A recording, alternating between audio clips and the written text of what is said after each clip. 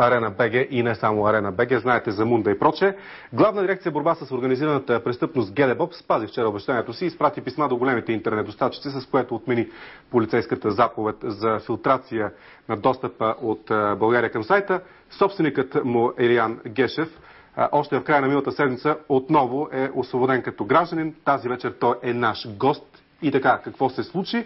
Освен, че в резултат на акциите на антимафиотите, използването на торент порталите за обмен на файлове е сведено до 10% от предишното им ниво и че смятате да продавате сайта за 250 000 евро. Добър вечер, здравейте. Вярно ли, че ще го продавате? Абсолютно не е вярно. Това твърдение, предполагам, извадено от вчерашното предаване по канал 1 сутрешно, бе извадено от контекста на разговора ни с Явор Колев, който беше така полушеговит. Ако не го беше хвърлил като твърдение, аз нямаше да си позволя да правя публично достояние този разговор, но той горе-долу следния. По време, докато бяхме в следствието, късно през нощта, и се провеждаше пазарлъка "Спираш сайта" или 72 часа, аз бях по-склонен да приема да остана в ареста. Идеята не ми харесваше. Не само заради самия сайт, а заради принципа. И бях уверен, че не само тия 72 часа, ще мина 2 дена, ще има други 72 часа. Аз казах така шеговито, мен какво ми пречи след първите 72 часа да продам сайта на Джон Смит от Охайо и да го търсите него. Въпрос получих за колко ще го продадеш, естествено за $5, защото комисионните в търговете за домейни са доста солени. Така че такава една символична цена от $5 ще свърши работа, за да бъде удостоверено моята продажба. Тоест моята абсолютно несъпричастност вече с този домен. Получих отговор, въпрос: продай го тогава на нас, на ГДБОП. Казах, за ГДБОП цената е 250 000 евро. С което приключихме разговора. От този разговор се роди вчерашната новина или твърдение. Няма такова нещо. Значи изтекла като информация. Да. Добре. Тук искам да уточня, че предложихме на много хора да дойдат в студиото, за да бъдат с вас, т.е. да бъдат опоненти. Трудно ще ми бъде да играе опонент.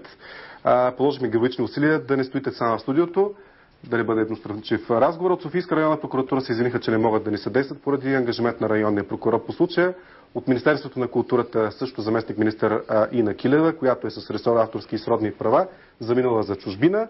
По-нататък потърсихме позицията и на неправителствения сектор, който е също много активен в борбата срещу пиратството, и там ударихме на камък, защото господин Соколов, представителят на BCA за България, също бил взет. Само замшефът на столичното следствие господин Светослав Василев беше готов да дойде в студиото, но пък вие не пожелахте да бъдете с него в дебат. Защо всъщност? Всъщност не господин Василев или господин Колев са хората, които стоят в дъното на цялото това мероприятие. Те са просто изпълнители. И възможните варианти на въпросите, които задавате към тях, или възможните аргументи, с които биха опонирали, биха могли да бъдат мотивирани по два начина от тяхна страна. Нас ни натискат, вариант 1, което автоматично обезмисля тяхното участие тук. Кой ги натиска? Точно това е. Те няма да кажат кой. Нас ни натискат, е вариант 1. Вариант 2 е, ние сме лично мотивирани, това също обезмисля позицията. Не може лични мотиви да бъдат така в основата на такава една мащабна акция. Кой може да ги натиска според вас? Носят се доста така варианти, но самия аз не съм склонен да споделям единия вариант, който е корпоративни интереси. Определено не е така. Вели Марковски изразява нещо подобно като... Вели Марковски, да, изразява на теза, че тя наистина може да се каже, но пък не е толкова вероятна. Истина е, че в интерес на цялата акция е добре, когато се твърди, че не може да се разпространяват продукти безплатно, да се каже, че и в скоби пиратски веднага, да има алтернатива. Ако нямаше тази алтернатива, цялата тази акция увисваше във въздуха. Защото твърденията са, че на практика в интернет големите производители на филми и музика нямат интерес да се разпространяват техните филми и произведения чрез интернет средата. Обяснимо е, защото само ако спомена факта, че примерно, нека простите, ако бъда неточен, ще спомена компания, но тя може да е друга. Примерно за един средно така бюджетен филм се изготвят между 9 и 12 хиляди копия на кинолента. Всеки знае колко струва едно такова копие, каква му е цената. И цялата тая поръчка се изпълнява от една голяма фирма, химическа. Представете си какво ще бъде причинено на тази химическа фирма, или там, нека пак се извинявам за неточността на наименованието, ако тя загуби примерно 10 000 поръчки по 12 000 броя на копия. Това е една огромна сила, която се съпротивлява на формата разпространение на филми през интернет. И стигаме до варианта, при който филма трябва да е силно експлоатиран, силно изконсумиран като заглавие и като актуалност и то много преди да достигне архивна стойност, да се разпространява като филм в интернет.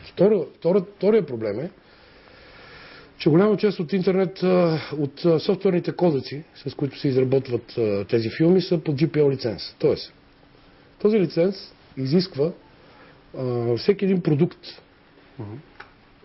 всяко едно изделие, което е продукт на използването на този софтуер, да бъде използвано без комерциална цел. Тоест, ако вие вземете едно DVD и го свалите на вашия компютър с някоя програма за рипване и след това го прекодирате с DivX, автоматично резултата от това прекодиране, вие сте длъжен, спазвайки GPL, то да бъде безплатно.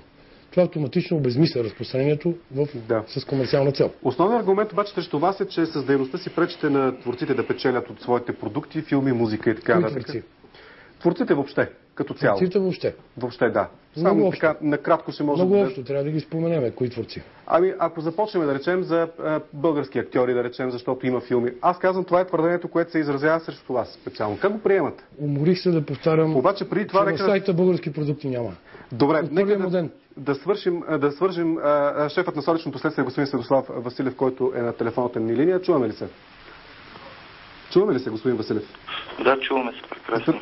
Здравейте. Значи, в студиото в момента е Илиян Гешев. Ние говорим точно за авторски права и за проблемите, които възникнаха. Всъщност големи скандали са. Митинг се очаква на 22-ри да бъде проведен пред Александър Невски. Въпреки слуховете, че такъв нямало всъщност да има. Това е поредният слух. Как приемате? Да. Не знам дали ще има или няма да има митинг. Това нито от нашата компетентност, нито ние взимаме решение дали ще има такъв митинг или не, така че общо взето това не влияе и по никакъв начин на наказателното производство. Така. Искам само да направя няколко уточнения. Първо, някои от нещата, които господин Гешев спомена, не са изобщо верни. Никога Столична следствена служба, нито между него, нито между него и Явор Колев или между който и да било, се е водил някакъв пазарлък по отношение на мярката за неотклонение, която ще му бъде взета. Господин Гешев се запозна с постановлението за привличане на обвиняем. Беше някъде, може би около 12-1 часа през нощта и изчакахме естествено да дойде адвоката му, след което разбрах каква ще му бъде наложената мярка за неотклонение.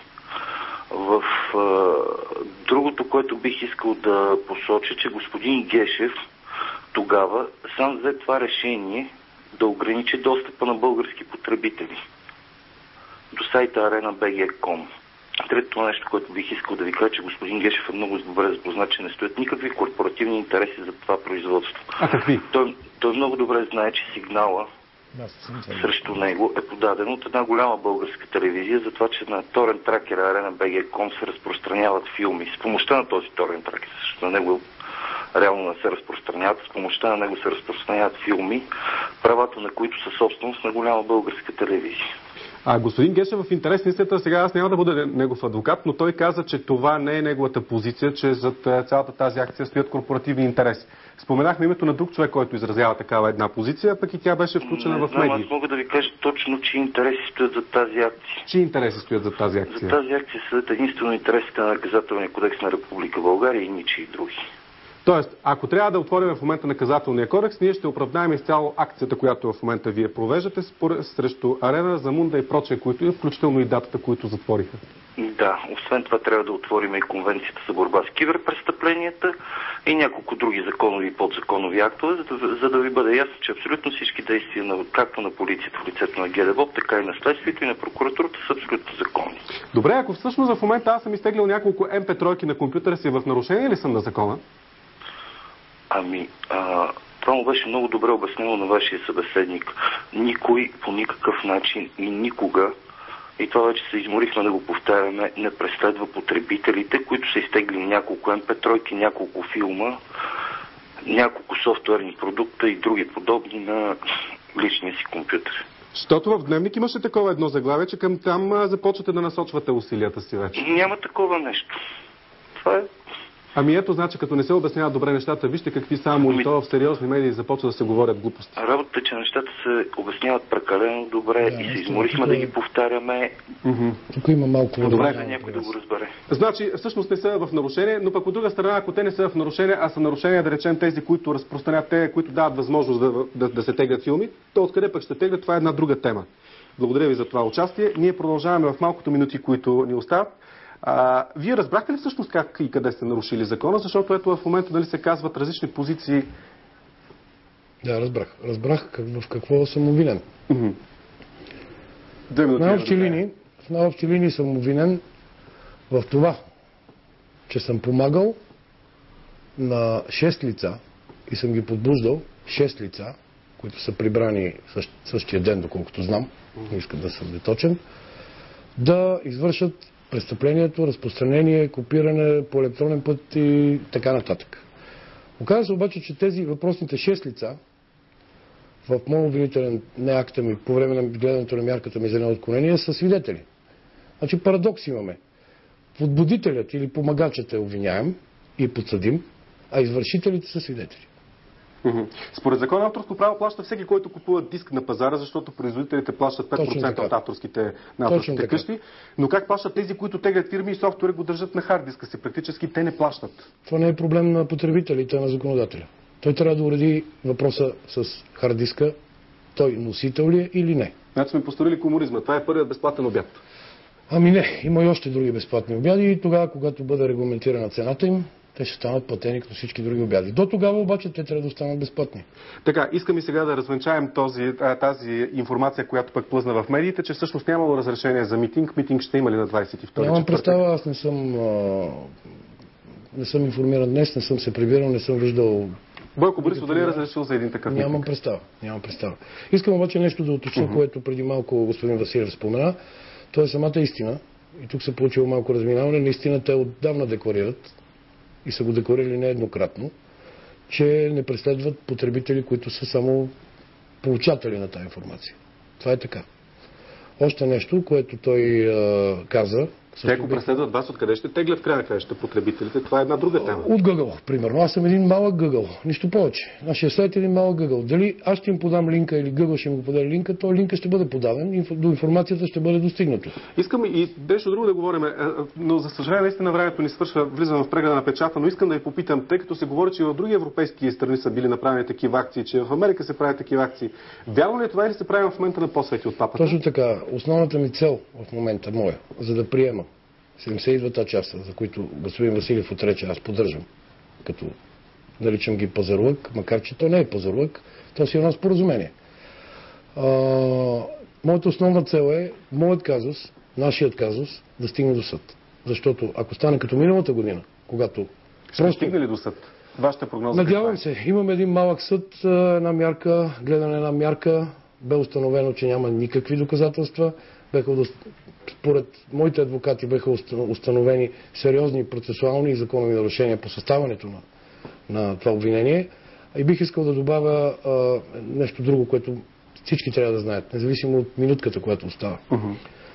Според моите адвокати недопустимо в правно отношение да се прониква в жилището на граждани, да се обискира, да се изземва техника с цел да бъдат набавени доказателства, които да оправдаят това влизане. Разбирате ли какво искам да кажа? Значи става така своеволие. Искам да кажа, че когато се прониква в дома на даден човек, на даден гражданин, то трябва да има достатъчно уличаващи доказателства и то не нищожни, които да могат да мотивират сериозно една такава акция. Искам да спомена и това, че един IP адрес и един скриншот от екран са единствените инструменти, с които разполагат моите опоненти. Единствените, никакви други. Те нямат устройства, с които да логват трафик, за да докажат извършени действия. Те могат само да твърдат, че от този IP адрес зад който може да има 100 компютъра, 10 компютъра, 3 деца, една котка и 2 възрастни и 5 гости, снимайки го на екрана, знаеме всеки за Photoshop, че на тази дата от този компютър е качено, така да пак в кавички качено, защото то не е качено. То се е намирало в интернет и просто е преместено на друго място. Или обявено, че го има. На тази дата и на този адрес имаме това действие от този IP адрес. Това са единствените доказателства. Не мога да повярвам, че може да има български съд, който да приеме тези 2 доказателства като достатъчно. Много интересно се очертава за напред. Времето ни пресочихме го доста вече с 2 минути. Аз ви благодаря, господин Гешев, за участието, както благодаря и на Светослав Василев за това, че се включи в предаването. Наистина става много интересно, още повече, че митинга предстои на 22. Ще се разбере дали има някакво разрешение. Ще го гледам и аз по телевизията. Да, и вие сигурно ще го гледате. Това може би ще бъде един от пък най-големите митинги, които сме виждали през последно време. Времето ни обаче свърши. Ние ще продължим с темата. Дами и господа, останете с телевизия Европа. Следва прегледа на печата.